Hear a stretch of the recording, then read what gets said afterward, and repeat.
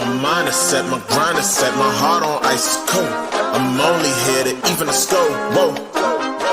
My mind is set, my grind is set, my heart on ice cold. I'm down right now, but did it before. Whoa. See from here we going up. Made the call, I shown up. Now the game is sewn up. Say my name is blown up. We up, we up, we up, we up, we up, we up, we up, we up. See from here we going up. Made the call, I shown up. Now the game is sewn up. Say my name is blown up. We up, we up, we up, we up, we up, we up, we up, we up. What up, Night Nation? It's your boy Roger, and we're here for another episode of The Knighted Ones. This week, we're going to be asking what, why, how, and hopefully you'll be here with us. We'll be answering your questions, so please make sure you get those in. As a reminder, we are the only UCF podcast that features a former UCF national champion, a former UCF radio host, an ESPN analyst and hoops player, an infamous, yes, that's infamous rapper, a resident influencer and IG star shooting the breeze talking UCF sports. Remember to like and follow us on YouTube, IG, and check out the 70-plus teams and conferences on the College Huddle and the Big 12 Huddle. All right. So this week, we got a lot to talk about. Night Nation's kind of gone into a tizzy, and, we'll talk about whether that's warranted or not, where we are, what our expectations were, all of that fun stuff, and what we saw this past week. So before we get into all of that, let's go ahead and bring the crew to the stage. First to the stage, someone who needs no introduction. You know him. We know him. It's Trey Neal. What's up, Trey? What's up? How you guys doing? Good, man. Glad to have you back. You were spitting some facts in the text thread, so I expect you to come hard. I don't know if this is the first game this year that you're going to be yelling at a cloud, but this might be the one. Yeah, maybe some yelling. I'm a little bit more optimistic than you guys are, though. All right.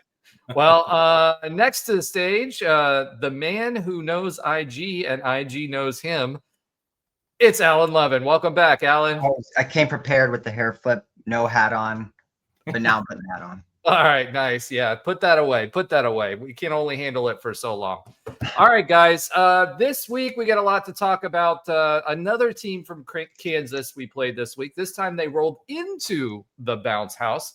Let's go ahead and start off with our text talk of what we were feeling, what we were saying, what we were thinking during the game. So, Alan, I'm going to start with you. What's your text talk for this week? Yeah, so it was something that Ben said, and I kind of resonated with it. It was after the game when in our text thread when we were all kind of, upset, raw with emotion, obviously after a really heartbreaking loss. But Ben said, I'm upset with the way the game was called last night, but by no means upset that Frost is our coach. I want him to be here forever as long as he keeps building the culture the way it needs to be built. Two things can be true. I can be upset that we got out-coached last night, but excited for what I believe we will be in the future under Frost. And I think that's a pretty level-headed take. And, once you calm down, let the loss wear off, I feel pretty strongly agree with that statement by Ben. All right. Trey, how do you feel after that and in response to that? Yeah, I mean, I agree with Ben 100%. Mine is you, Roger. You were like, all right, offense, do you want to win this? I think I think our defense played really well, just from start to finish. I think they kept us in the game. I think they gave us chances to win the game. And again, offense, do you want to win? And that we didn't get to win this one, but yeah, that's my thought. Is offense, do you want to win this game? So. Yeah, it's I think the crazy thing for me with this game this week was how different of a situation it was, right? We had so many chances to not, I think, win this game. Obviously, Taven Jackson going out was a tough loss for us as a team. I didn't have a whole lot of confidence in Cam. That was one of my things in the text talk, is I didn't think Cam could make a difference. He did get a few good passes in. The crazy thing for me is, why didn't we open it up earlier? They were just stacking the box basically since the second half started and beat us through the air. The thing that got me with this week is why And Alan, this goes back to your text talk. Why are we beating our heads in trying to run up the middle when like we're not having any success at all? Whether we're talking about the goal line, we knew, Taven Jackson, I know that Trey, you mentioned this in the text, was that Taven Jackson, why isn't he running? He has been running, mostly designed rollouts. But this game, I honestly think, and you tell me, Trey, but it looked to me like they told him to stay in the pocket and let your lineman protect you because of the injury that was out there. And he ended up getting injured anyway. What I don't understand is why on the blind side, it took him that long to recognize it and why he didn't start scrambling out of the way. I mean, he had, when you start looking, and we'll look at the PFF numbers, when you, the offensive, the pass blocking was really, really good. But as a quarterback, you got to understand, you got 3 seconds, and then you got to be looking around and have that situational awareness of where the blitz is coming from if you're not going to get rid of the ball. So he straight up got drilled on a blind side. Technically, it hit him in front of his face. The blitz came right in his face. It was a good call. It came from the side. He was like this, and it came literally right here on that left, and it hit him right in that left shoulder. Oh, God, I get what you mean, but it came from the left side of the line is what my point was. Left side. No, it was the right side of the line. On his right side, yes. Left side. Right side of our offensive line. Yeah, left side of the defense. 100%. I know what you're saying. Yeah. But I mean, it sucks because I don't think he's maximizing, this isn't just a Taven Jackson problem. I don't think any of our quarterbacks are truly reading what they should defensively as far as giving the ball and, win the pool. I think a lot of the times when they do pool, it's like Frost is like, pull the ball. You're going to get the lead. You're going to get this look, pull it, make the play. Because I went back and I told you I went back and watched some of these reads. If you take it, you have to make one man miss and it's a defensive tackle. I'm fully confident all of our quarterbacks can make a defensive tackle miss in open space, not like it's in a tight confined space. It's in open space. And it's not just Taven Jackson. It's something I noticed early. I thought maybe this is how they're calling it, but they're just legitimately, they're not pulling it. I don't know why. You could attribute it to injury. It could be because of injury. That's very fair. But I don't know. It's interesting. I don't want to say they're scared to run. I don't want to say that, but it just seems like the reads are there. And again, when you're dealing with an offensive line who we all acknowledge is struggling running the football, you have to, when you have these opportunities, these one-on-ones, you got to make it happen. So, that's something I've noticed as I'm watching is just the reluctancy a little bit to make these reads and pull. And you're getting Miles Montgomery one-on-one with one-on-two, really. Sometimes it's one-on-two, but he's extremely talented.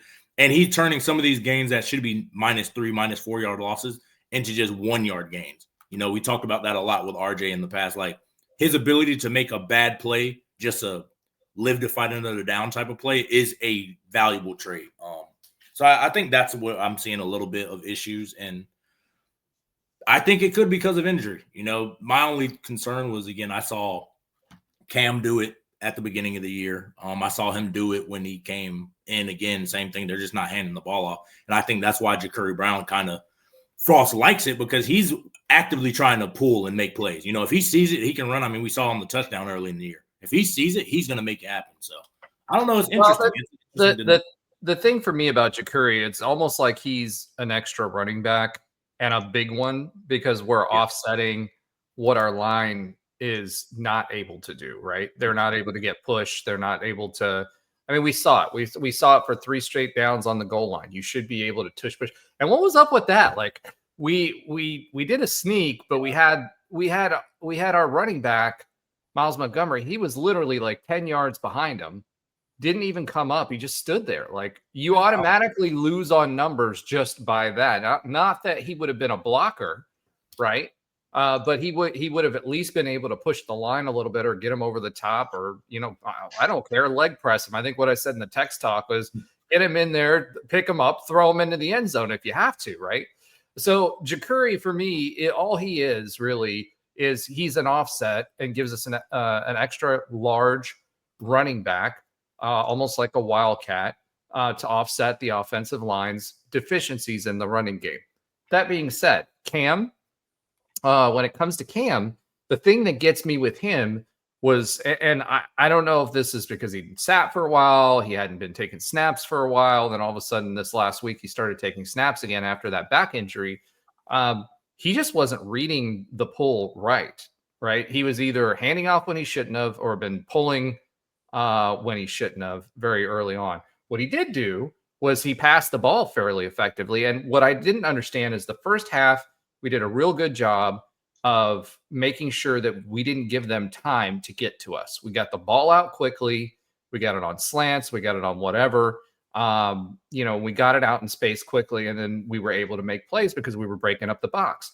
For the second half, I don't know why, but we were running it down their throats, literally in the A gap, and doing it over and over and over and over again. So, you'd mentioned Frost calling plays, or Ben did. Yeah, there were a lot of questionable play calls in the second half. The first half we had it rolling. Second half, I think we were all just beating our head against the wall, saying, "What are we doing? What are these play calls?" That's not just on the players; it's also putting your players in the right look against defenses to do that. And speaking of Frost, he looked completely upset in his press conference. I don't know if you watched it, Trey, but he was angry and upset and exasperated. I hadn't seen him in a presser like that before. I know he's an emotional guy. What does he do in the locker room after a game like that, where we had 2 or 3 opportunities to at least tie the game, and either shot ourselves on our foot in the penalty, or the play calling, or with the goal line thing, or at the very end, what was a terrible non-PI call? Yeah, I mean, I didn't see the presser. I know he was upset because, like I said, we blew that game. Again, you get second down and goal on the 1 yard line, you have to get it in. I don't care how you have to do it. You have to. There's no excuse to not get in that situation. You just have to get it done, and that's you want to look at your O line first, because quarterback, the tush push. I think that's what we ran. That's just with no tush push. Without a tush push, just really quarterback sneaking. And props to Kansas, they played really well. But yeah, that's down 7, gotta have it. You gotta have it. There's no real excuse for it. But yeah, I think that's probably what he's frustrated with, because that game was winnable. I mean, I think you say the same thing about the Kansas State game. These are winnable games, and you're kind of letting them slip through the cracks. And what we see is a very tough conference. So what did we as we kind of look at that, was that Frost trying to get his team, or will his team, or give them a spark by saying, "Hey, we're going to get it across this yard line, half yard," and then it ended up being a half yard line. We're going to get this score. Was that like the go bone moment, but we got boned by the go bone moment? Is that what Scottfrost was trying to do, or no? No, I mean, again, you're talking about like the end of the game? No, I'm talking about like when we were at the goal line. We had 3 straight opportunities from the 1 yard line. We did almost the exact same play, tried to push it through the A gap. And then, well, the last one we didn't, but the first 2 we did. Yeah. And, was that kind of all right, guys, buck up. Let's make a statement here to show that we're in it to win this game. Was that him trying to motivate the guys that way, like Josh? As opposed to passing it, you mean? As opposed to anything else. I mean, it went to the same gap every single time. They tried to go off tackle on one of them, but he didn't go far enough out to do it. And on the last one, I'll be honest with you, I'm still not convinced he didn't get that last TD. We didn't get a good angle on it because the ref was in the way. And then on the other angle, the security guard was in the way, which that's a whole nother question. But, as far as the camera guys are concerned, like if there's a ref standing in front of you or a security guard standing in front of you, And why we had 7 security guards surrounding the end zone on that play, I don't know. But like at the end of the day, I'm just wondering, it was that him trying to make a statement to his team and Frost saying, go get this done. This is us pushing through and going to, we're going to beat this team. We're going to, because it's almost like a grudge match when you do it on the running game. Whereas with Heupel, he was like, go bone on that. I think it was 2018 where he said, go, where we did that against Memphis. It was 4th down. We were down. We were coming back. And it worked for us. It sparked the team. So I don't know if he was looking for a spark to like kind of push that through, or was that the mentality behind that, or was there any other reason to do that? I don't think so, because we had to go for it. It wasn't like the Heupel one. It was second or third quarter, like that. That was I'm going for momentum. Yeah, like I'm going for momentum to swing the game. This one was, you don't get the touchdown, your odds of winning are significantly going down. And yeah, but why do you not leak a tight end out there, or do a corner pass or something? I know the tight ends didn't play well, and we had our 2 tight ends out, right? Like Wade was out after that alligator arm because he couldn't lift his arms, which I don't know why he was out there for that play. If he can't lift his arms, like, why are you trotting him out there or letting him go out there? Max Bragg played terribly. Like the whole offensively, the tight end group was under 50 on the PFF rating. So like you should still, they were stacking the box hard. They were not putting any safety on there. Roll them out, throw to a tight end at the corner of the end zone or something. You can't, it's hard to do that when you're on the one. Like there's only so much real estate. And again, for example, if we would have thrown the ball 4 times from the one, we'd be complaining, why are we throwing the ball? Well, I'm not saying throw the ball 4 times. I'm saying try it early so that you break the box up a little bit, because they were stacking everybody up on the goal line, and you've already got a numbers disadvantage. They didn't have anybody out on the edges to cover any potential wide receivers. They put everybody right in the middle. So why not do that to make them at least second guess or take a couple of guys out of the box? I think there was confidence that they could get a half a yard. I think that's at the end of the day. I mean, it's just like, it's kind of like, if you like, I even said it. She's not to interrupt you, Alan. I'm sorry, but you're going to do it anyway. You can't. I mean, if you can't get half a yard to win a game, you don't deserve to win the game. Like you should not have to sneak out or do anything. Like you shouldn't have to do that. And I get it, like 3 straight plays in a row, you would think, all right, let's go for something different here just to change it up. And I get what you're saying, Roger. It would have been good when you see, our O-line is struggling, has struggled all season. Let's try something different. But it's kind of like, I think, you kind of have like the whole, like the Marshawn Lynch situation in the Super Bowl with Pete Carroll, like why'd they pass it kind of thing. Like, I think despite how much the O-line is struggling, you would think half a yard is attainable on 4 tries. That's the shocking part to me. I don't care how bad they are. You would think there'd be just enough push. Weren't they at the 2 on the first down, and then they got it down to the 1, and then they tried? But either way, though, you know what I mean? It's such a short field. Like you would think, it's not like we're talking about the O-line had to get them 10 yards. We're talking 2 yards here. I kind of get why he ran it, but I agree. Maybe it shouldn't have been the same play over and over again. But it's like you would think, all right, the odds are in our favor when you have 4 chances there, but clearly, it didn't work out. Well, they went off tackle on the last one, and according to the refs, ended up short. I'm not sure because he stretched for that. He should have done something though. He didn't. I didn't like his run either though. He didn't like. He should have. Well, part of the problem was we had one of our players trip that was supposed to be blocking for him. If 84 gets that block, he walks in. Yeah, I don't know who 84 is. He tripped on the way out to the block, and the guy that ended up stopping the tackle or stopping the run is who he tried to block. But and again, those are like those little things of execution at the end of a game that matters. You can't trip game on the line. Yeah, like that's just football. Football is, Roger, you always talk about like the 5 plays, like you win or lose a game. Yeah. In hindsight, not obviously while it's happening, but that was the drive, in my opinion, that I wouldn't say it cost us the game, but we lost because we could not score them from the 1. That's why we lost. I don't know how it shakes if we do score and what happens after that, but I can tell you we did not score, and we ended up losing, coming up short because we could not get across at the end. Yeah, so 84 was a blocking tight end, Thomas Wadsworth. He's there just for big packages, right? So that's what he's there for. So the thing about it is, for the season, we were talking about how we were doing better in the red zone because we were scoring more.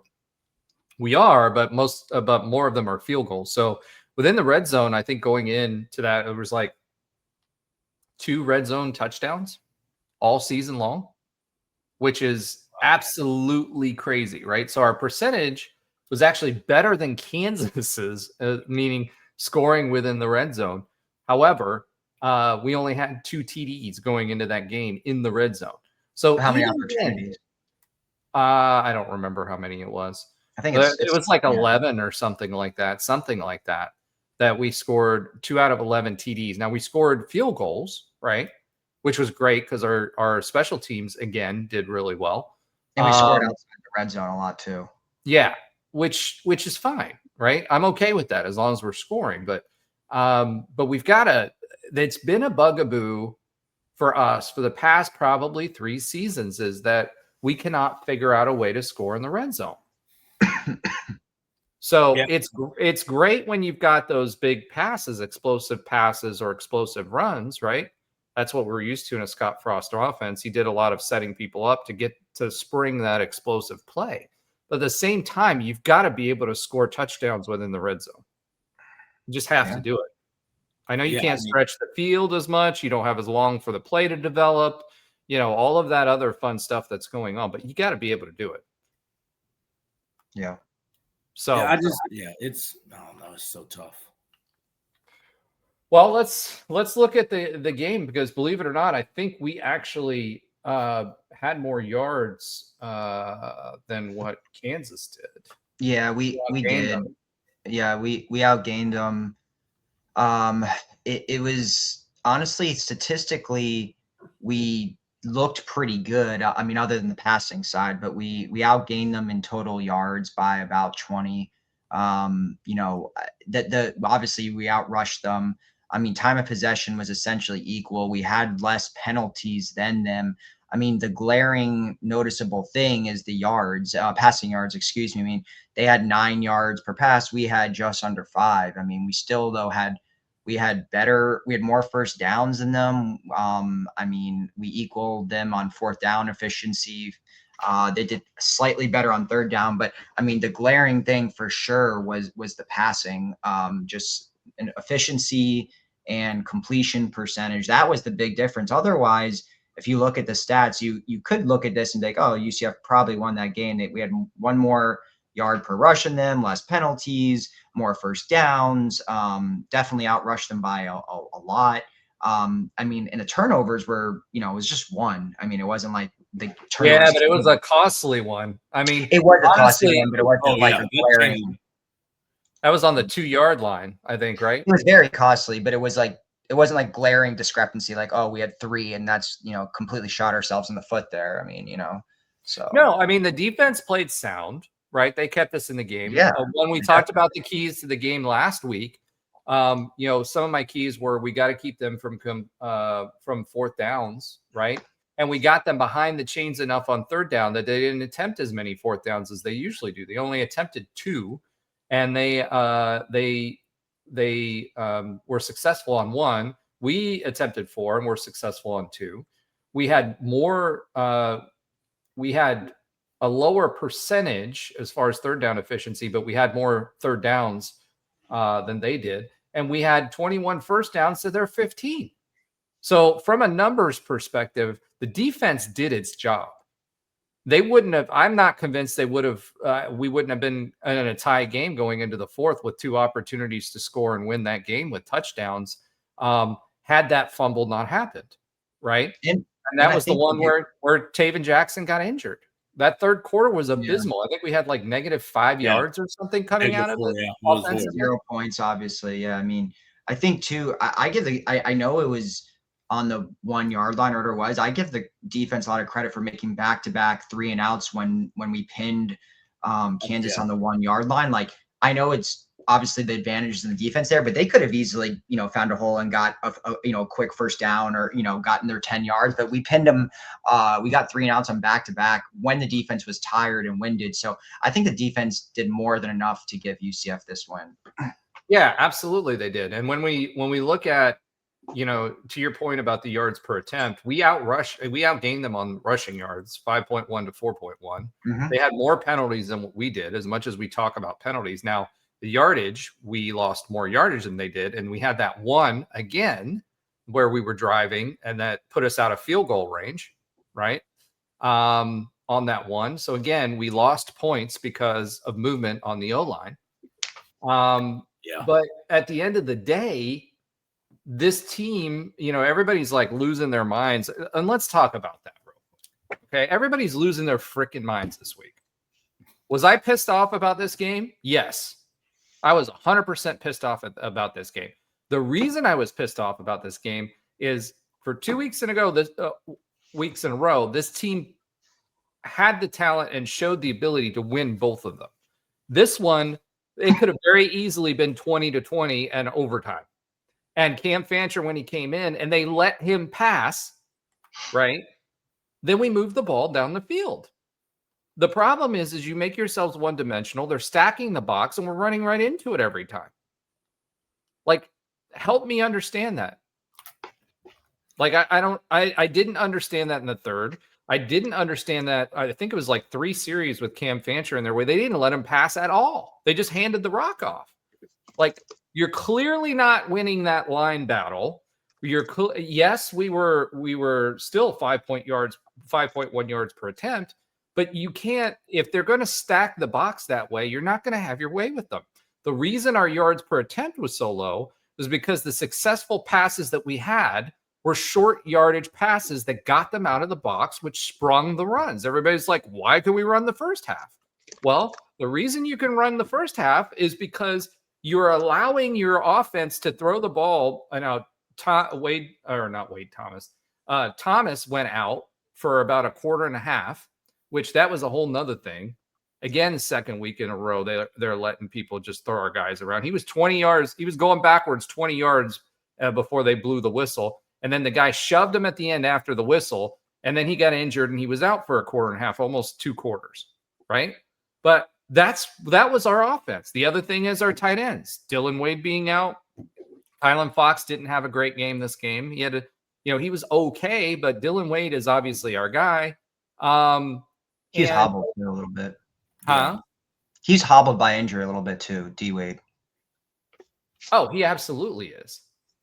He is. Caden Keening was out as well, right? So again, our top 2 tight ends are out of the mix. And that's been a part of our game where we had success because that's another weapon that you can use. So we weren't able to use that. Thomas goes out. The first half, we had success with short yardage, getting people in space and letting them, create yak.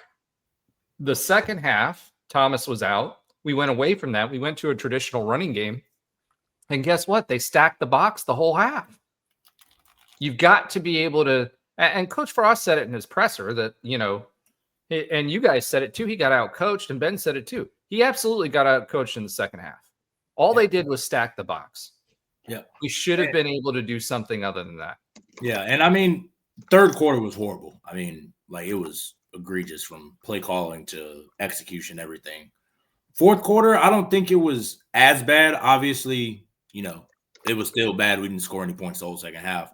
But I think it's an execution thing. And again, it's like, I hate saying it, but this is what happens year one. You're going to lose. Like, it reminds me so much of 2016. It's not even funny. Like, our defense is really good. Our defense is really good. And our offense, we're waiting to figure it out. And to be honest, the quarterback play it's not great enough to overcome the limitations we have on the O-line.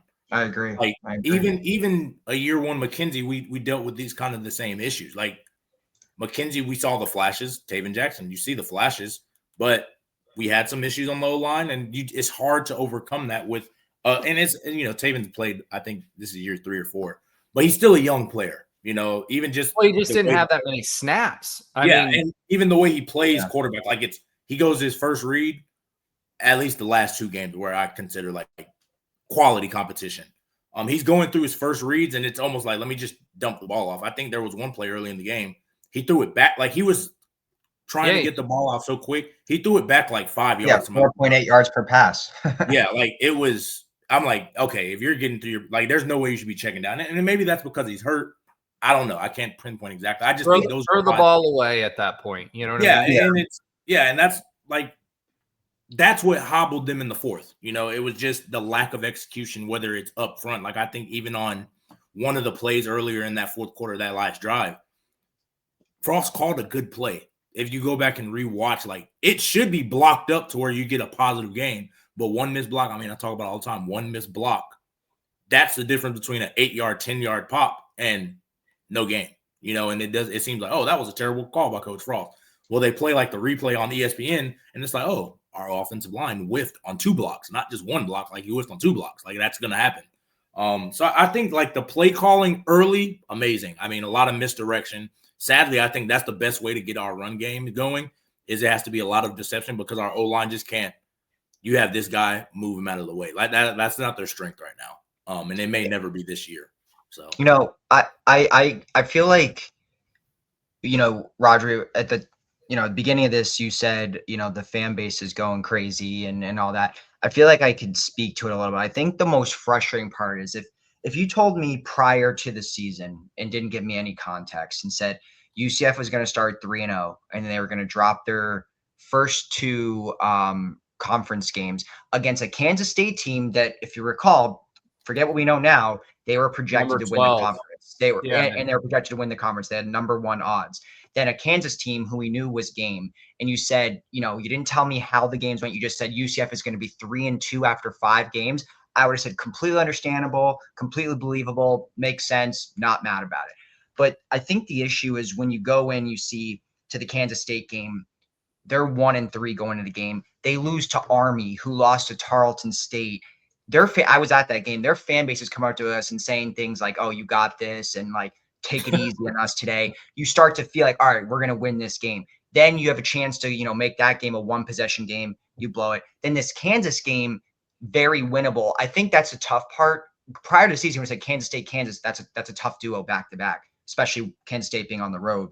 But when you now know what we know, hindsight 2020, like that we could have won both of those games and be 5-0 in a whole different world right now, that's what kills you. It's not like we got our socks blown off and we had no chance. And it's like, all right, you know, it is what it is. But when you know, especially this Kansas game, at least in the Kansas State game, for the most part, we were down most of the game. This game, we jumped out to a 14-0 lead. Then you have 4 chances to tie it up at the bounce house, at home, go into overtime and win that game. That's the killer part because you know you could have won. That I think that's the frustrating part for me and most of the fan base, why we're going crazy, because it feels like you blew a massive opportunity to gain huge ground and be so much better than we anticipated in year 1 under Frost. And I get it. It's year 1. We all said this was going to be a 6-6 type year. You got to get your players in, NIL, all this different stuff. But it kills you that you could have won at least one of these games. I mean, even right now, if we're 4-1 today, we're sky high. We're feeling amazing. And to blow that opportunity, I think is the part what really kills the fan base, especially at a time when we really need some excitement after the doldrums of the 4-year Malzahn era. This would have just been amazing to get an early conference win way in the beginning. Give us some hope, even like false hope maybe. But you mean an October conference win? Because we haven't won one yet. Exactly. That's the point there. Like we could have got that. And it was such an opportunity. Now you're looking, you're like, crap. We have top 10 Texas Tech on the road. We have a tough Baylor team on the road. We have a tough Cincy team on the road. Now you're essentially forced to win all of your home games just to be bowl eligible with pretty much no mistakes. This would have given us a leg up where it's like, all right, we're 4-1. Now you can maybe, you know, if you could drop a game. Now we're pretty much in our backs against the wall. We either have to go steal one on the road and all of our toughest games are there, or we have to win out at home, which I know is doable, but you never know. So it feels like we blew a golden opportunity to really have a leg up. And I think that's the part that kills me and the fan base, if I speak for them. So you wanted the Golden Knights and we just got the Knights, but let's talk about that for a second. Right. As far as the expectations game is concerned, when we did the preseason, most of us were around 4-8 with the ceiling being a 6-6 team that goes to a bowl game. That's what we said. I do think that K-State is worse than we anticipated. I will say that the defense, we also said at the beginning that the defense is going to keep us in games and that they were good enough to keep us in games. And so far, in my opinion, even with them, and we'll talk about, the ref situation. I know you guys don't like to talk about that, but I'm sorry. But when you're tackling the defensive line in the K-State game all game long, to the point that Scottfrost actually got after the Big 12 for that, that's a problem. But this game, Kansas, we held them to 27 points and we gave them a touchdown by having the fumble on the 2-yard line. Right? So really, this defense held them to 20 points. This is a Kansas team that is one of the top-rated offenses in the country. They just got done in a boat race between Cincinnati and one of the hottest offenses, which sucks for this week, but one of the hottest offenses in the conference, 600-yard games, right? To their season low. They haven't scored under 30 all season, Kansas. Exactly. So that's my point, though. And realistically, we held them 10 points under their average. We controlled Daniels, and that was one thing that we were going to have to do, which we said in the keys of the game. So we did that. We said we had to keep them in long third down so that they wouldn't try it on fourth. We did that. We got the ball to our offense. Time of possession was almost perfectly even, 29-59 to 30-01. We outgained them. So when we outran them, which is a team that excels at running. So I think the frustrating part for me as a fan, so taking my podcasting hat off right now and thinking about it as a fan in game, watching this team play, I told you last week and I'm going to tell you again, this team is good enough to win these games. There's enough talent on the field and they're executing enough to win. They're just not getting over the hump. So it doesn't help.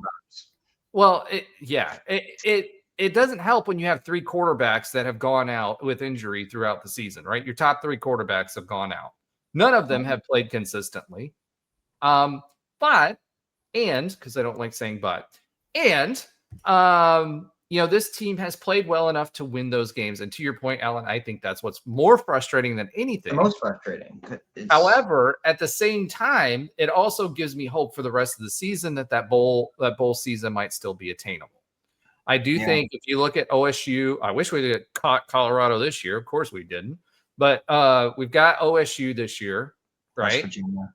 And we've got West Virginia this year. So those are, I think, 2 wins. We had to take one more, and I think this was one we could have taken. I think if we took this game, which our defense played them well enough for us to win, I think we absolutely would have solidified our ticket to a bowl season, which I think the fan base would have been ecstatic about.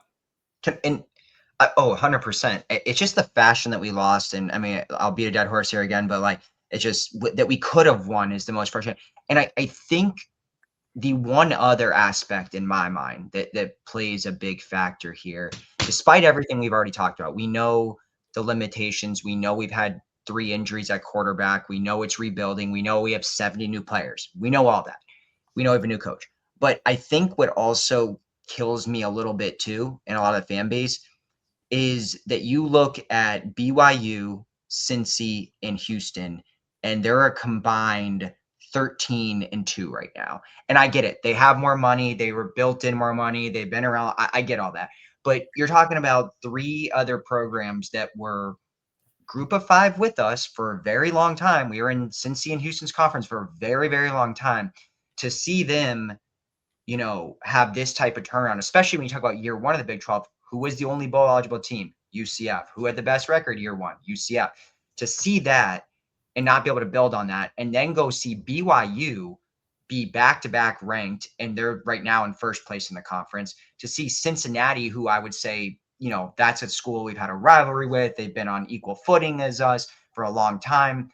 To see them 4-1, 2-0, and then to see Houston 4-1, 1-1 in the conference, all ahead of us, and maybe Houston's a pretender, but when you really see Cincy especially make this jump that they've looked, I mean, they look good in conference so far. They've beaten Kansas.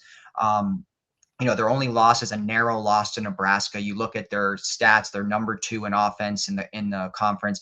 That I think also plays into this. Like if they were below us or struggling as much as us, I'd be like, all right, hey, this is kind of like, still early on in the transition. Like, there's going to be some growing pains and some bumps and bruises. But when you see that on top of that, regardless of the financial circumstances, and you just look at it from the prism of we were all in the same stage, same conference 3 years ago together, I think that hurts a little bit more. Well, I will say this, as of last year and as of the budgets that were out there, UCF was middle to low middle of the conference. I get it. Yeah. And that was with 18 million a year, right? And then conference revenue that we got last year. This year will be up to 41. Our budget as a program will be in the upper third or mid to upper third of the conference starting when the payout happens in July. Now we get quarterly payouts, right? But that budget will catch up. That being said, but doesn't everyone in the conference get the budget? Yes, but remember, they all had more money, and we're finally catching up because ours is a shoestring budget, right? Would they still have more money than us? I mean, because if they're getting a 2 plus the money they already have currently, why would we? Wouldn't it just be they're getting more money and we're getting more money, but they're getting more money? It's the same kind of thing. Think about what I just said though. Last year in 2024, we were in the upper, like the middle of the conference, only making 18 million. Upper? You're talking about upper in what sense? Standings, or what are you talking about? The program. The budget for the program was in the middle of the conference with us only making 18 million. They were already making more than we were from the TV revenue. Right. So now we get bumped up to 41, 42 million. And then by the end of it, it'll be around 50 million with the rest of the stuff that we have coming in as a disbursement, which means that we will be moving up as far as relative to budget because ours went up way more than what theirs did. So does that go to NIL? No, the school can't pay for NIL. NIL is its own thing. You've got rev share that's $20 million or $22 million, whatever it is, and it's got to be 20%. You can't spend over 20%. The cap is no more than 20% of the TV revenue, right? So everybody's going to be on an even keel as far as that's concerned. NIL has changed as well because now each one of those NIL contracts are being reviewed if it's over $600. That wasn't happening last year. A bunch of what does that get? The new money, where does it go? Let me finish. So what that means is that we're on an even playing field as far as the TV conference revenue is concerned. The NIL is still a separate thing. Texas Tech is still going to have a bigger bankroll than what we are, right? No matter what. They're going to be able to pay $1.8 million to Lee Hunter. To Lee Hunter, right? They also front-loaded a lot of these contracts because they knew the new changes were going to be taking place in July 1st. So that will even out some too. So a lot of those bigger contracts won't be as big for the NIL, and they'll be more heavily regulated. So that should balance some of that out and bring us closer together.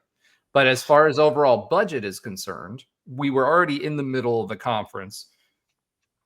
So this should move us up relative to our peers in the conference because we're going to be making almost $30 million more than we did last year. But they're still going to be able to have more NIL budget than us. Yeah, but they won't be able to spend as much anymore. They front loaded a lot of those to get those players so that they got those contracts up front because the rules changed on July 1st. We talked about that on the podcast. So Texas Tech, for example, spent $55 million in NIL contracts. They're not going to be able to do that next year. So they front loaded a bunch of those so that they get those players and for a longer period of time because they could still spend that amount. So that's going to change because the rules for NIL has changed and they're being reviewed.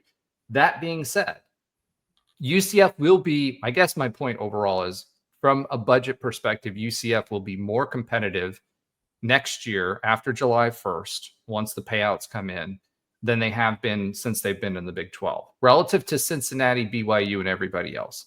BYU is going to have more money than UCF because they're affiliated with the LDS Church. It's just going to happen. They're nationwide. They're all over the place. But so what does that mean? They get money from the church and that can go to NIL, or where does that go to?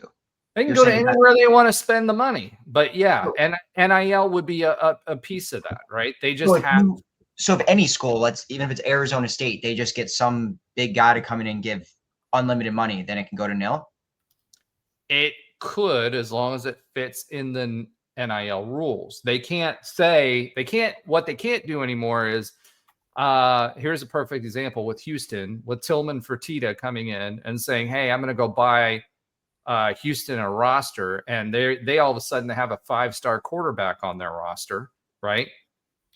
Which this year, people forget about that. Mm-hmm. That was bought by Tillman Fertitta through NIL. They can't do that anymore. Now they're going to have to tie it back to actual contracts to companies. So one person can't go out and buy a roster anymore. Same thing Texas Tech did. They had their billionaire come in, their newer billionaire, and he came in and he bought the roster. He said, here's $55 million. Go make us competitive. And you saw what happened. That can't happen anymore. It's being regulated. So again, I guess how much is it being regulated? I guess anything over $600 has to be approved by the NCAA. I just feel like the rich are going to stay rich though. Like I don't see they are going to stay rich, but the difference is it's going to swing that balance again and move it closer to what it was. The other thing that it's going to do, the rich are still going to be able to do things like build facilities, right? So UCF right now, they've got the only reason we're able to build the tower is because of the TDT. It didn't come from our fan base, right? It didn't come from now pieces of it, like the Hagel Gateway and all of that stuff. We had pieces of that come from that, but we don't have anybody that's swinging around $300 million for us to upgrade our stadiums. Kansas just did a $300 million upgrade. Ours is $89 million. So that's nothing to sneeze at for UCF, right? But that is a difference. They just won't be able to buy rosters anymore. It should be more competitive. Again, also, short year for Scottfrost. He hadn't played the NIL game. We didn't have a general manager at the time to do the roster management, negotiate all of that. He was trying to bring in coaches at the same time. So did we get our best NIL roster? No. Right? And our boy Gus, who just lost again. I told you he was going to lose to Miami. I called that from the beginning of the season. Yeah. So Gus took some of our peeps up there to FSU too. So that put us at a disadvantage. Now you've got one portal, by the way. That's another change this year. There's no more 2 portals. So you got one portal. And so basically when you get that roster, you've got them for the year, which we didn't have. You had people stopping 3-4 games in so that they could get another swing at the portal later in the year. So yeah, I do think that helps a lot as far as for everybody, just the roster construction. It's been a mess, but at the end of the day, relative to Cincy and BYU is going to have more money. They just are, right? Yeah. Houston has money in one guy. The difference between SMU and Houston, SMU's got a ton of people that can spend Tillman Fertitta money, right? And so they can have all of their companies spread that around a little bit for the NIL. So they'll be able to give more than what someone like Houston will, right? Texas Tech's not going to be able to do what they were doing anymore. Part of the reason why Mike Gundy was fired at Oklahoma State was because he didn't participate in it, and they didn't raise funds for it at all, right? So at the end of the day, it is what it is. I didn't mean to make this into a NIL conversation or whatever. My point is we're going to be more competitive for rosters next year. That's number one. Number two, as far as this season goes, I went into it. I think I said I can't remember if I said 4-8 or 5-7. Something. I think you said 5-7. I think Andrew said 4-8. Yeah, with a ceiling was like I think 6 wins. Yeah, and maybe whatever. Okay, cool. we knew this was going to be what it was. I think what's frustrating for people, and Alan, this is what we were talking about, is we're this close. And so after K-State, and then I said what? I said this team is good enough to win more games. They showed it again in Kansas. I think losing Jackson in the middle of the game hurt. And I think that Scottfrost was a little gun shy with Cam throwing the ball out there in the second half. And when he finally let him do it, then we move the ball.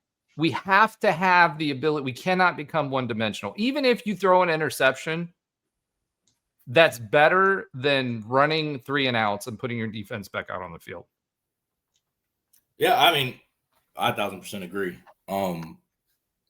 Yeah, I don't know. I guess the fan base, I can't speak for the fan. I don't know what the expectations were. I think all of us up here kind of tempered them for the reasons we're seeing now. Like, it's not like this is all of Coach Frost guys. This is a lot of carryover from Gus, and he's trying to get guys to buy in.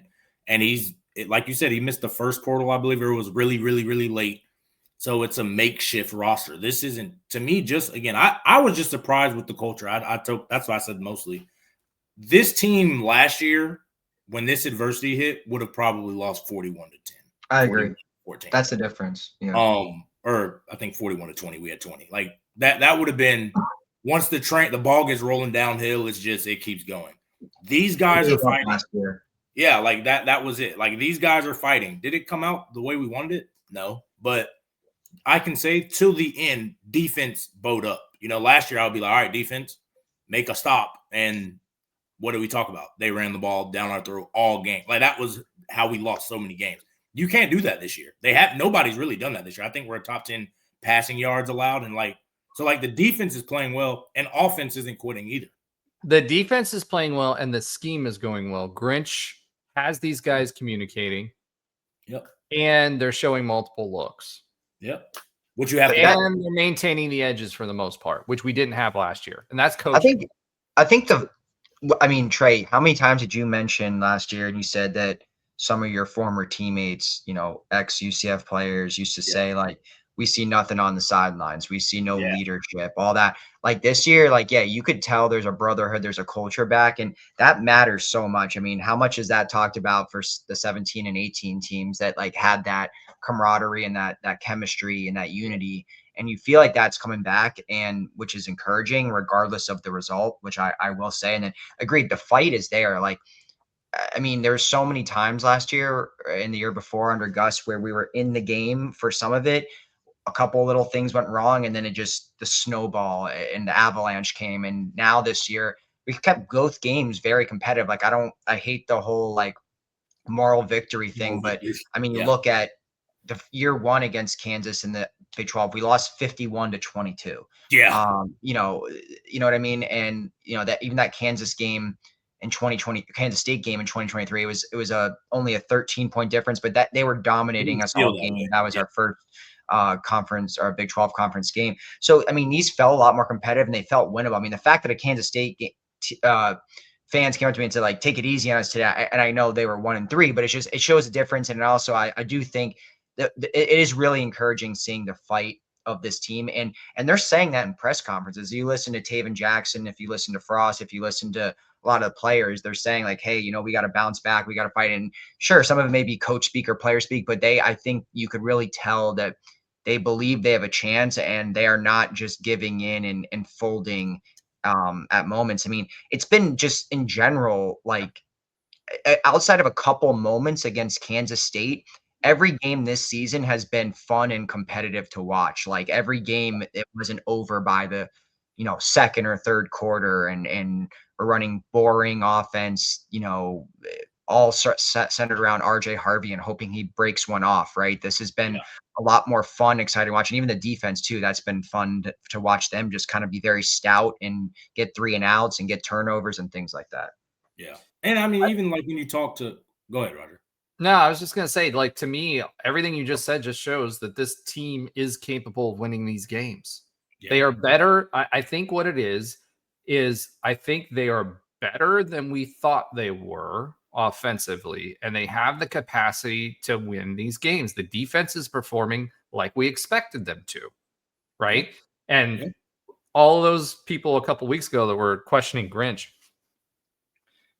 is doing a great job with this defense, guys. And if you can't tell that this is a better defense than we've had the past 3 years, I don't know what to tell you. Yeah. Right. I mean, I said it, like, I talked to guys who coached with him at his previous stops. The reason these things went bad was because he had some guys making more money than him that are like, I'm not doing it. Like, I'm going to do what I want. And that is a problem. If you have guys that just aren't playing sound defense, but they're making $800,000 and you can't take them off the field, like, your hands are tied to the coach. That's just the reality of it. And they all said when he has sound players and guys buy in, it's produce a good defense. It's not, Kirby Smart, amazing defense, but you don't need amazing defense. I mean, as you've seen, you don't need an amazing defense for us to be 5-0 right now. And I think this season is going to mirror 2016. Like, I look back at 2016 and even the 2017 guys, we talk about it. Like, we won 6 games, but we felt like we should have won 9 or 10 of them. Like, we were that good talent-wise, but execution, and then you revert into some bad habits, and that's what happens in a coaching change. That's just, those are the things. It's not like it's not like we're on the field like, okay, this team is just more talented than us. Like, it hasn't been the case in 5 games, and it felt like that last year. When we played Kansas last year, I was like, I don't know if they're just better coached or they might just be more talented. Like, it felt overwhelming, and it hasn't felt like that yet. Yeah, and you look, that 16 season is very similar. Like, there was a lot of close losses. Like, we lost that Temple game by 1. I remember that Houston game. We had to lead the whole freaking game. Yeah, we're winning 24-3 at halftime. Yeah, and then we lose that by a touchdown. I mean, there was a lot of games that that was payback for 2013 is what that was. That was. Trey, do you think the 2016 team was like just pure talent is better than this team right now? Because I think there were more. I think there were NFL players. I think there were more NFL players on that team. 100% there was. I think they probably were more talented, just because, like, we were young. Like, at least in where our elite, like, what ended up being elite players. Like, Jordan Akins turned out to be a freaking monster. Like, he was good. Jalen Atkins. Yeah, Traquan, we knew he was a beast. Cam Stewart, Snelson, like, all these guys flashed 2016. Adrian, like, all these guys, they were just young. So we were like, when they get some time and it just slows down for them. I mean, Roger, we talk about all the time. It takes time for football to slow down for you. They're going to be explosive players, but yeah, I mean, defensively, I mean, look, we had Shaquille. There's like 9 NFL players on this team I'm counting right now. At least some that at least played some NFL. Yeah, well, we were probably more talented than this team just off that hoof, and we lost games just from, again. Well, let's talk about that. Who those players are on this team? To me, Dylan Wade is a junior, so you can kind of say that, not really, right? But Caden Peening, who was a highly rated tight end, absolutely. Say that about that. Tavion Swint, which we haven't seen very much yet because he's been injured. We can't say they're NFL players. We haven't seen them play yet. I think that Tavion Swint, I've seen him play high school, that him and Stacey Gage have a very real chance of doing that. The only reason you never know, like, a career arc could take so many different routes. As I said, what players that we have potentially, right? Yeah. So I have seen Caden Peening play on the wide receivers. I think that's a big one there too. Obviously, I don't think there's a single wide receiver on this team that's going pro. I mean, I'm sorry, like, that we've seen play. Sorry, I should say. I don't know about the freshmen. Maybe that's different. I think like William Charles is pretty good. William Charles, yeah, he's pretty good. I'm not saying he's an NFL guy because, like, I can't tell it. I don't see him like, for me to say it, I saw these guys in practice every day. Like, I saw their work habits. I saw Gabe Davis before we all saw Gabe Davis. Like, I don't see that every day. I just go what I see on Saturday. Like, that's all I can see. Right now, I think he's a really good player. He's a freshman. He's young. I think the skill guys are talented, to be honest with you. I think they are. But going to the NFL is so like there's been so many years like, and I look back at like some of the predictions I made. Like, there's so many times where I'm thinking there's so many guys that are NFL eligible, and at a great year for UCF in the draft is 4 guys. Great year. On a lot of years, it's 1 or 2. So you have to think about how many other schools there are and how many slots there are. And yes, there is the route of like undrafted free agent, but I remember thinking guys from the 2017. I'm like, for sure are going pro. Like some of that defensive linemen and stuff. Like Jemias Pittman didn't even get drafted. You know what I mean? But He was remember, I'm just saying. Yeah, but let's talk about wide receivers. Day Farmer, he was killing it before he got injured. I think he's a guy. He's a good player. Waden Charles, I think, has a good chance of that as well. Carl Jenkins Jr., another freshman, I think he has a good chance based on what he's been playing, even as a freshman. Burdell Richardson, I don't know what happened to him. I doubt he's on the roster. Yeah, I doubt he's on the roster next year. Jordan Bridgewater is one to look out for. But yeah, to me, if I look at this, Day Farmer, Jenkins, and Charles, all 3, and they're all 3 freshmen, have the ability to be those kind of players that we see develop. Caden Peening, the tight end, I think he's another guy that could develop into that. As far as the running backs are concerned, Stacey Gage and Tavion Swint, I still think those guys develop into potential NFL players. As far as the defense is concerned, I think the only sure lock NFL player on UCF's roster right now is Nigella Kelly. That's the only person like guaranteed record. Like, I feel confident. Like, I don't like Tavion Swint. Sure, you saw his high school tape, but like so many 4 stars flame out and do nothing. You know what I mean? Like, Nigella Kelly's gonna play on. Like, he's getting drafted. That's the only person I think that's drafted from this team, this second round pick, maybe fringe first guy or a 4th round. I don't know that variant, but he's going to get. He will. I can 99% guarantee he gets his name. He's the only person on this team this year that I think gets drafted, like this upcoming NFL draft, I think. Yeah, I would agree with that. Sincere Edwards, I don't think he's tall enough for an edge. Measurables. A lot of them is just measurable issues. I think he's good enough from a talent perspective, but he's not. He's 6'3". If he wasn't 6'3", if he was 6'5", I would say he'd probably make it at edge because he is a college player for us. Yeah, I think Antoine Jackson's. He's a really good player. Horace Lockett might be able to do that. The Georgia Tech transfer. He's a junior. John Walker. Well, if you're talking just strictly this year, then yeah. But I think John Walker, everybody's like, where's John Walker? Dude, he's getting double teamed every freaking game. Yeah. And when you take someone who's disruptive like Horace Lockett out of it, then guess what? They can do that. And he's coming back from injury. I think we have to remember that about John Walker. He's his best game, in my opinion, his best play will be towards the end of the year when he's like, all right, I'm healthy, and then go into the next year. I think Bellamy and Bell, they're juniors this year, so they're not going next year or this year, right? But I think those guys are potential NFL guys. But I mean, to answer your question, our team in 2016 is probably more talented than these guys at this state. I mean, we talk about all the time. Coach O'Leary knew how to recruit, and he did. Especially back like guys who were under recruited. He was one of the best in the country at doing that. Hey, your boy Coach Frank, your boy Coach Franklin that was recruiting you just went down this weekend too. Just saying. They got. Aren't you glad you aren't playing for him? Anyway, all right. Let's go ahead and swiv it. We have not talked about Cincinnati yet, and we're like an hour in, but it was a good conversation. End of the day, I guess what I'm saying is this team, I think, is better than we thought they were, right?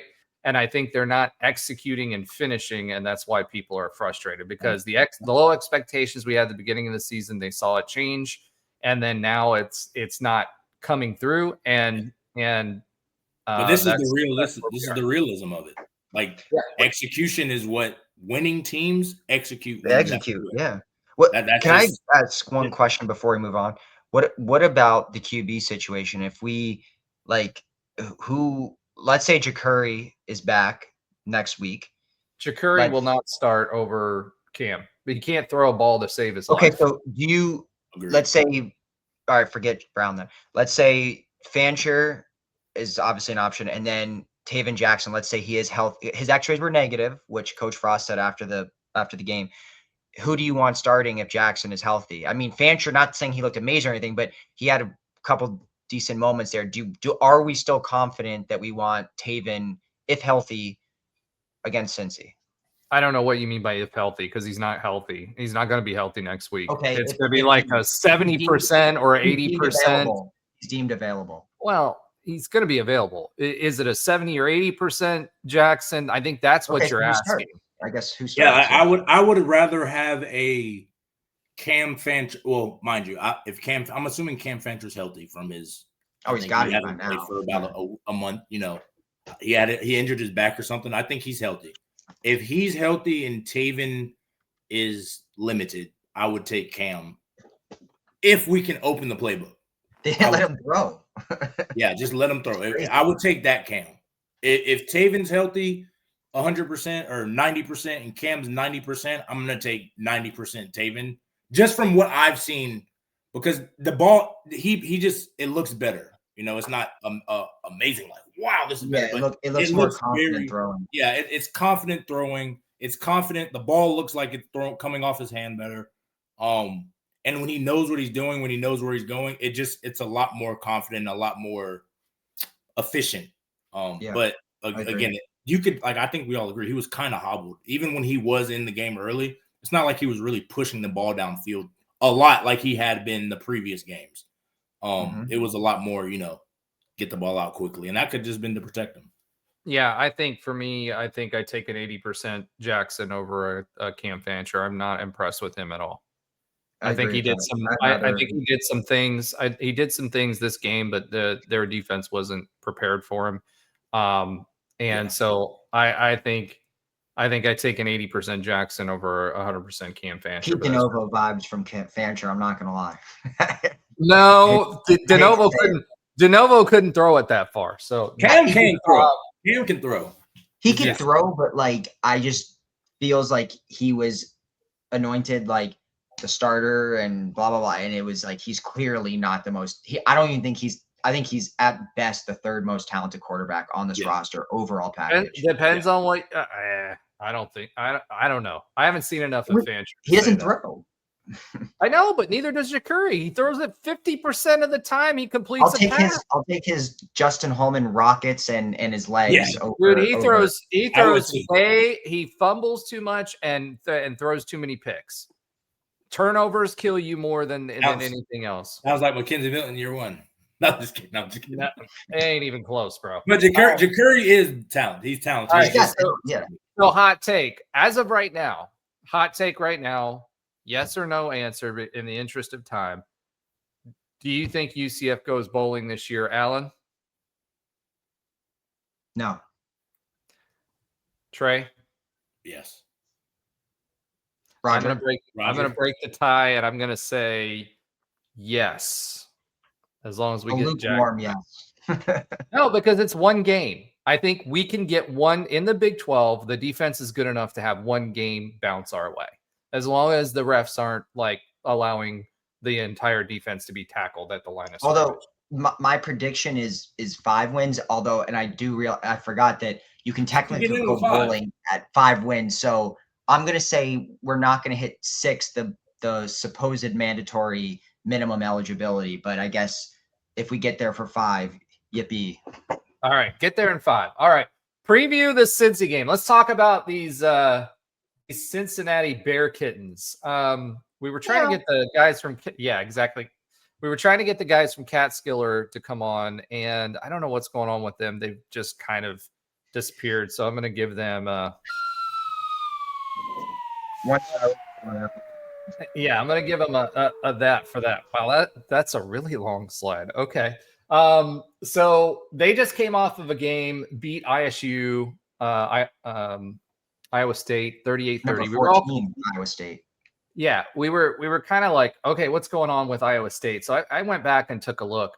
They are missing both of their starting defensive backs, number 1 and number 2 defensive backs. And Sorsby is doing a great job. They've got a great quarterback who can throw the ball pretty well. So the key to Cincinnati for us is definitely going to be getting into the backfield with Sorsby. He likes to hang back there, and he will throw the long ball. I think our defensive backs are better than what Iowa State's are right now, simply because they're missing both of their top two defensive backs. Since he's got good receivers too, don't forget that.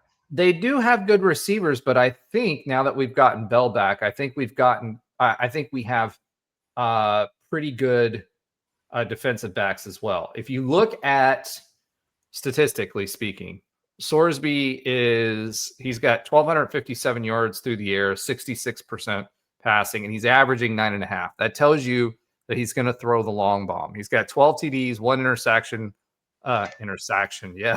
Interception. That's a new category. 1 sack. I don't know what is SYL. That's a new one for me this year. I don't know what that stands for. No idea. I don't even look at stats, to be honest. It's negative 11, whatever that means. Sack yardage lost. What's that? Sack yardage lost. Okay, so he got a big sack. He's going to stand in the pocket and move around and trying to get the ball downfield. So as long as and at times with Kansas, Daniels and Kansas had good receivers too. There were times where Daniels was running around there and our defensive backs were sticking on them. I gave in our text talk, I gave our defensive backs a hard time in the third quarter because I saw some of them just not trying to tackle. They stopped mid-play. And I think that gets cleaned up this week. Lazy. Yeah. I agree. As far as the running backs are concerned, you've got a two-headed monster here in Walker and Pryor. Walker is averaging 9.1 yards per carry, which is crazy. Pryor is, and Walker is averaging 5.6. So Pryor's got 301 yards. He's their big play back. Walker's got 313 yards. He's going to be the guy who carries the rock most of the time. So as far as wide receivers are concerned, look out for Goody. He's their main long bomb guy. He's averaging 22. He's averaging 22 yards per catch. Allen is going to be the guy, not our Allen, but C. Allen from Cincinnati is going to be getting the vast majority of the targets. He's got 295 yards, 11.3 average, and a 44 long, 5 TDs. So those are the guys to kind of look out for there. Their tight ends, I don't think they use them as much. Royer is going to be the one that they're going to use the most. He's been targeted 14 times for 182 yards and a 13-yard average. So, and 3 TDs. So where he's going to be used is the red zone, and that's really what you got to look out for with them. As far as the defense is concerned, they've got 6 forced fumbles, 2 of which have been recovered this year. So that is something we're going to have to look out for. Interceptions, their secondary has gotten nothing. So we've got to hold on to the ball. We got to get after Sorsby. As far as who they are, they're averaging 41 points per game. This is a potent offense, right?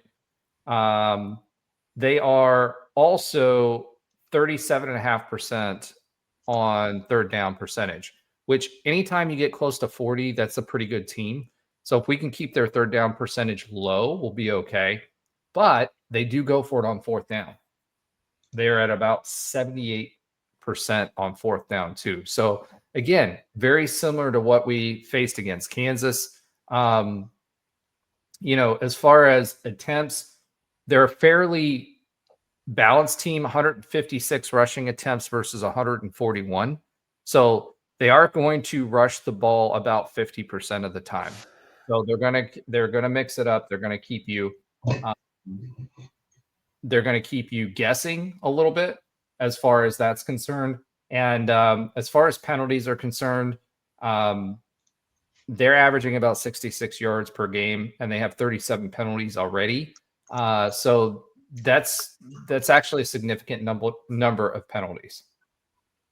And they've lost 3 fumbles as well. So, as far as Cincinnati is concerned, what you're going to see, look out for Sorsby. They've got some pretty good wide receivers. I think our defensive backs can play well enough to kind of hold on to their main 2 receivers. They've got a 2-headed monster as far as running backs are concerned. However, the defense is our strength. The problem that we're going to have, and as far as how Cincy ranks defensively, they don't have a great defense. So if we get Jackson back, we will have opportunities to score against Cincinnati. Kansas did as well.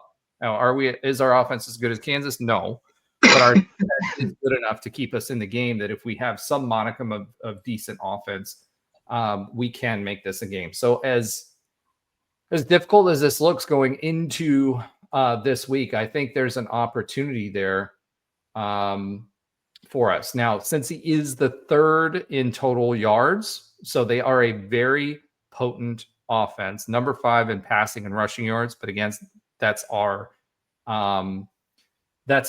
strength. And they're also number 3 in sacks, but their total defense is not great. It's average, right? So I think we have a good defense. The problem for us defensively for Cincinnati is going to be, can our offensive line and our running backs protect our quarterback, whoever that's going to be. And I'm hoping it's Jackson. So overall, that's kind of what you're looking at. Cincinnati is a good team this year, largely behind Sorsby. Sorsby has been a much better quarterback than people were anticipating. He was expected to be a good quarterback, but not as good as he has been.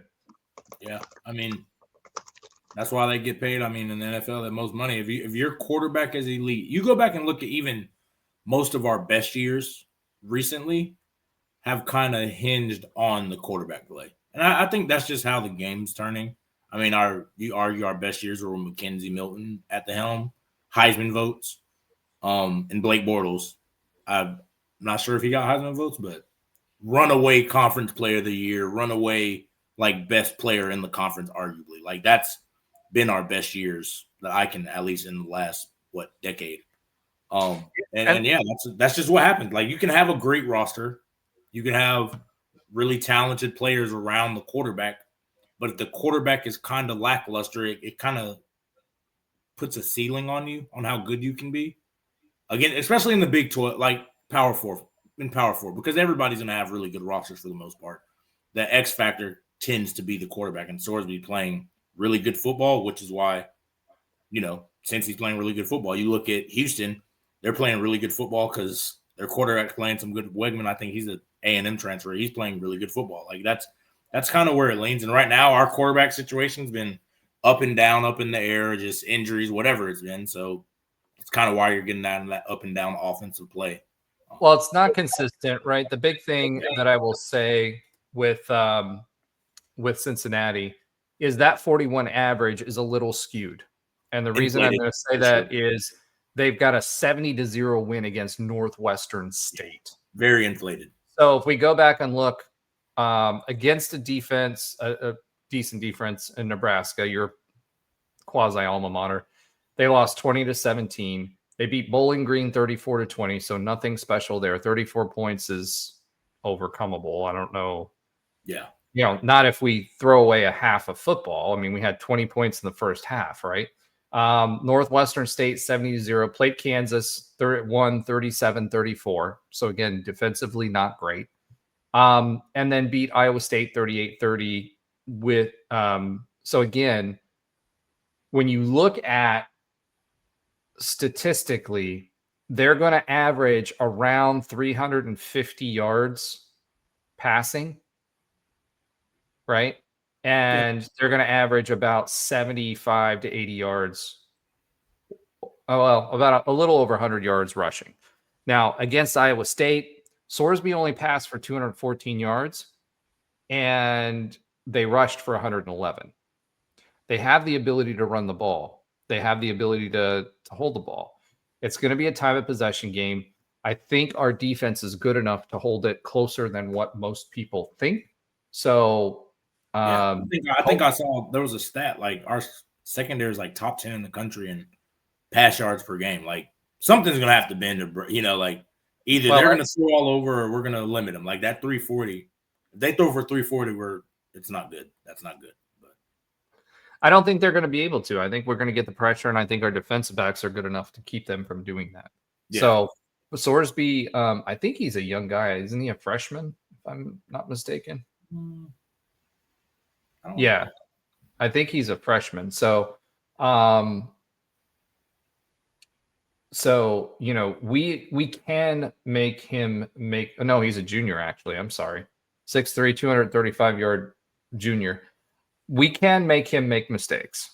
Let's just put it that way. He will make mistakes. He's been pretty consistent. In October, the weird thing is his completion percentage has been 52%. At home, though, it's 65%. So he plays a lot better at home than he does away. And I think that's going to be the biggest challenge for UCF is playing away at Cincinnati. If we were playing at home, I'd like our chances a lot more. Okay. So for me, the keys to the game. Let's talk about the keys to the game for this week, right? For me, the keys to the game are, can UCF slow down the passing game, and can we get pressure on Sorsby? And can we keep a quarterback upright? That's really it. I think if we do those two things, then I think we'll have a good shot at least making it competitive, if not winning the game. We proved that we were good enough with Kansas, and this feels like a Kansas type team that I think our defense can key in and potentially win. So with all of that being said, let's go ahead and swim it one more time to the, sorry, Alan. Let's try that again. Swim it one more time. With it. There we go. To the pick your poison score prediction of the week. All right. So last week, let's recap real quick. The big winner was Allen. He had 30-20 Kansas.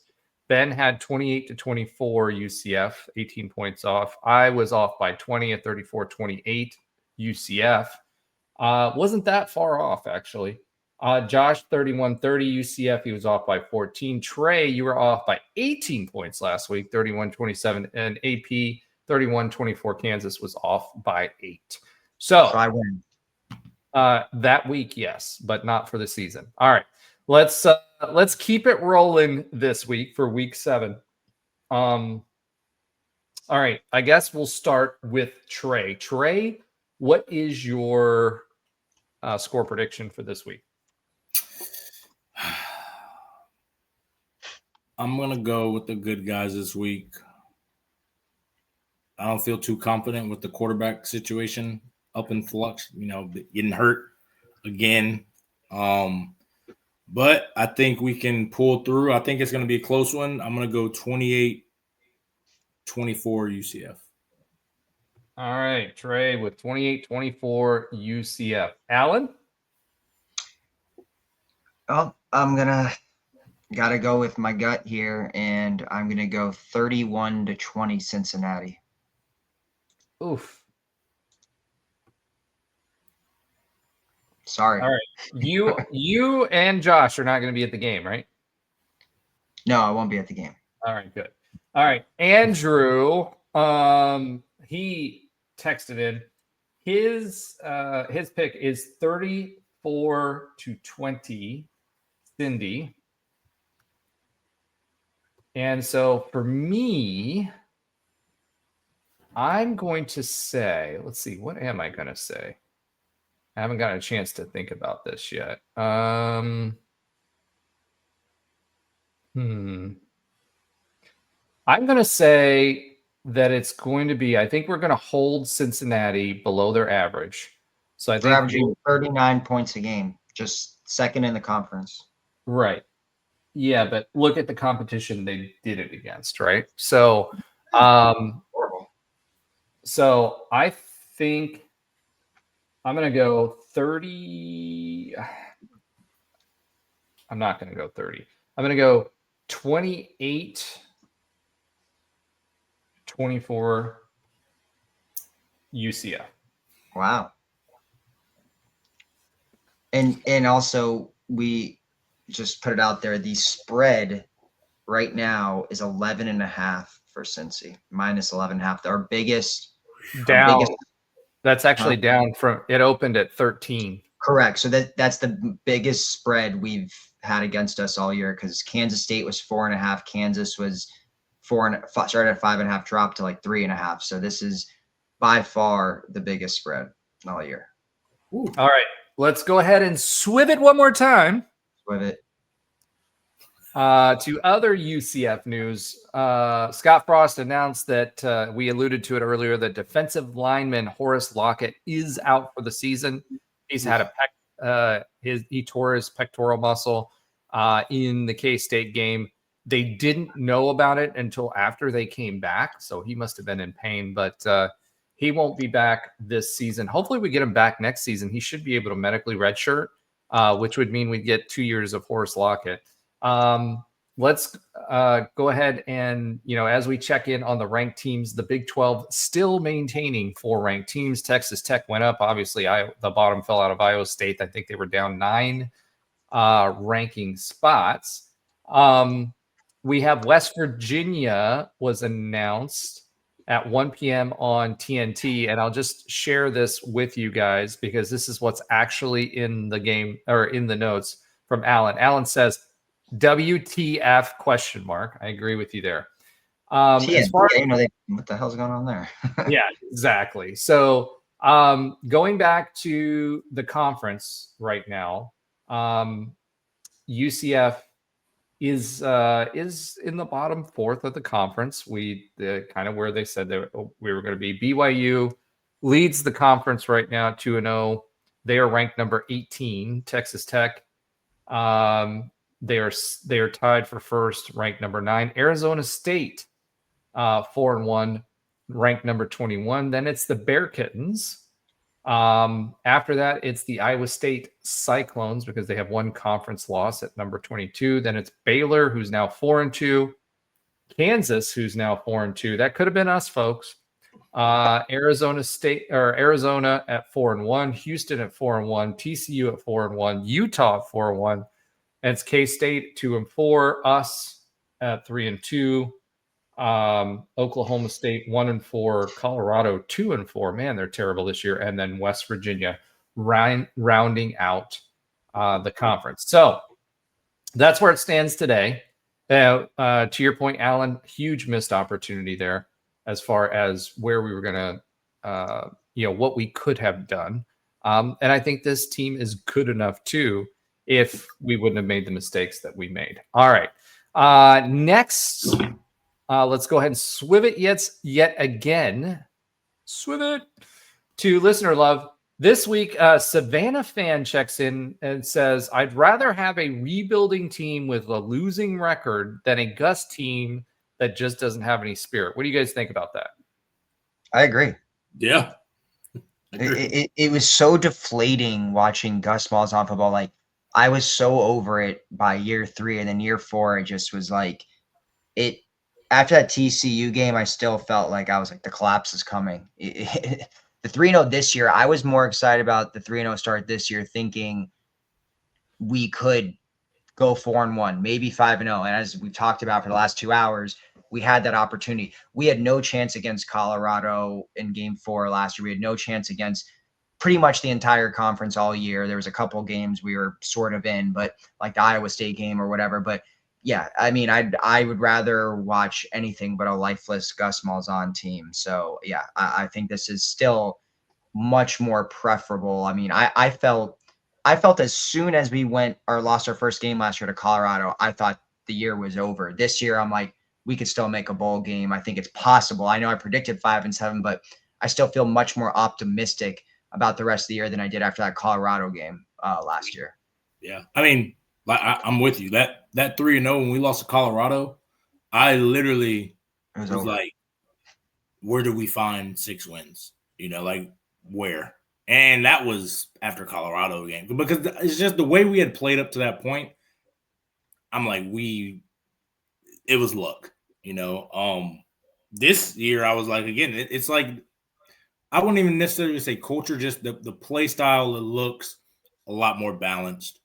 The defense looks like it looks like they're playing real football. Do they make mistakes? Yeah, they're making mistakes. We see the execution isn't where we want it to be, but they're playing the brand of football that you can project and be like, I could see us, if not this year, next year, being a formidable team, which that's all you want. You want a chance to win conference because that's all you have to do now to get into the playoff. You get into that and really, if you get into the conference championship, you're getting a chance to get into the playoff. That's all we want. And we never really had that hope last year, I know for a fact. But just we kind of peaked, I think, that Florida game when we were at Florida a couple of years ago in the bowl game. And it was like, all right, We peaked after that for sure. Because I feel like that set the stage of like, all right, we're going in next year, boom. This is what we're going to do. We fell short. Then again, you fall short. And that's just now it's like, okay. Yeah, we have some fans that are kind of nuts. Well, I mean, even the media was higher expectations for us. ESPN always consistently had us winning a lot of these games, and that is what it is. Now, as to the actual statement, I'd rather have a rebuilding team with a losing record than a Gus team that doesn't just have any spirit. Hey, listen, if they got 10 wins or got to a playoff, I'd take the Gus win, Gus any day of the week. But yeah, I get what you're saying, right? All right, next we have Rand8355 says, thanks for the great video, 34-17 Kansas. I hope I am wrong. You were close, 34-17. You were closer than I was. You were 3 points off there. Welcome to Jessica Sheldon as well. We gained another 12 new subs this week. Unfortunately, I didn't get all of you because I can't see everyone who joined because of your settings, but welcome to Jessica. As a reminder, please like, subscribe, and share our content with your friends and family because we do it for you. Also, something that I wanted to kind of bring up that I just happened to look at when I was looking at our YouTube statistics, 15,000 views so far this month. The countries that we have been viewed in, United States, obviously, Canada, shout out to Ontario because you guys are carrying the weight there. At number 2, United Kingdom, so the UK, Australia, Germany, Indonesia, Japan, South Korea, and New Zealand. So those of you that are watching overseas, I just wanted to say thank you.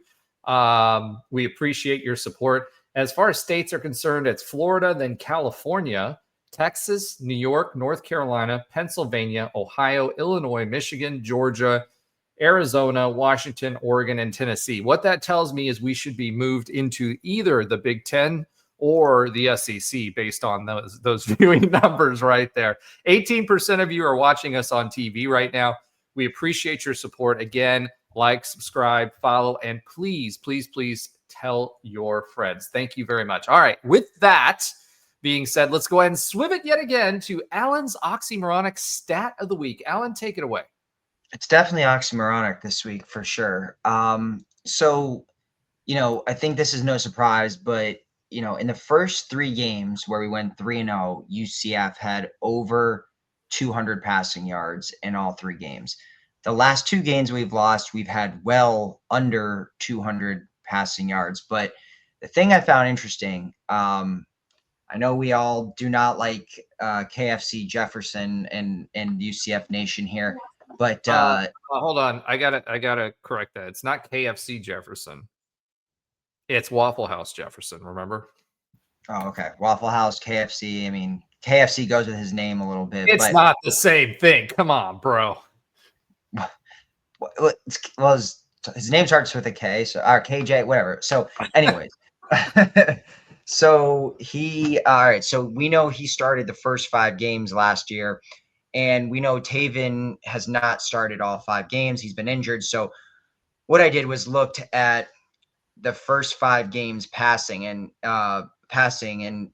opponent wise, it's fairly similar. We had a couple cupcakes in 2024. Same here. A couple conference games, an out of conference game. Obviously, UF better than UNC this year. But last season, through 5 games, we were 70 of 118 for 1,034 passing yards, 8.8 yards per attempt, 7 passing touchdowns, 4 interceptions. This year, 96 of 152. So a lot more passing attempts, as we don't have RJ Harvey anymore.